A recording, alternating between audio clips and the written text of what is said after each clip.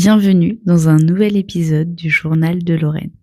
Aujourd'hui, on va parler du divorce de mes parents n'a pas détruit mon enfance, mais il l'a profondément bouleversée.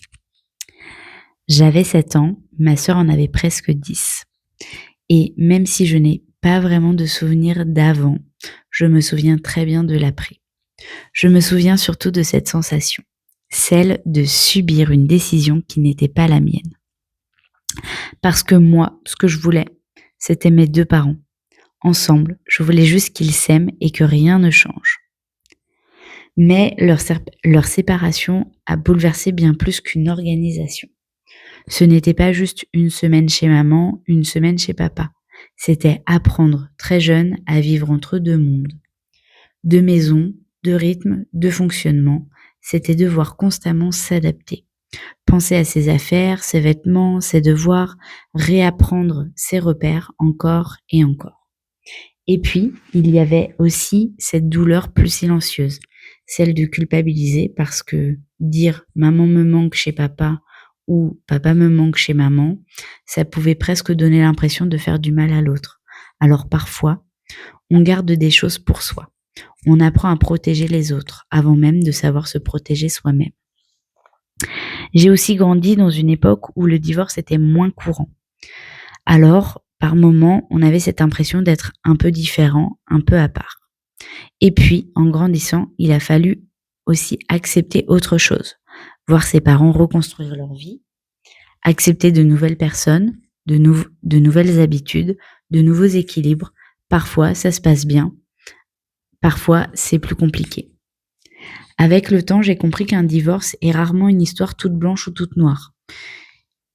Qu'il y a souvent des torts, des blessures, des erreurs partagées, mais en tant qu'enfant, on ne comprend pas toujours cette complexité, on ressent surtout de la colère, l'injustice, la peur et parfois une forme de trahison.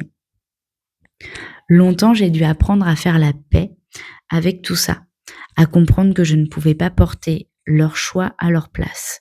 J'ai aussi réalisé en grandissant que chacun avance différemment après une telle épreuve, que certains se remettent profondément en question et que d'autres ont parfois du mal. Et ça aussi, ça peut faire peur. Parce que quand on aime ses parents, on veut leur bonheur, mais on espère aussi qu'ils ne reproduiront pas des blessures qui pourraient faire souffrir d'autres personnes. Aujourd'hui, ce n'est plus une douleur vive. C'est une histoire qui fait partie de moi. Elle m'a laissé des peurs, la peur de perdre parfois, la peur que tout s'effondre, mais elle m'a surtout appris une force immense.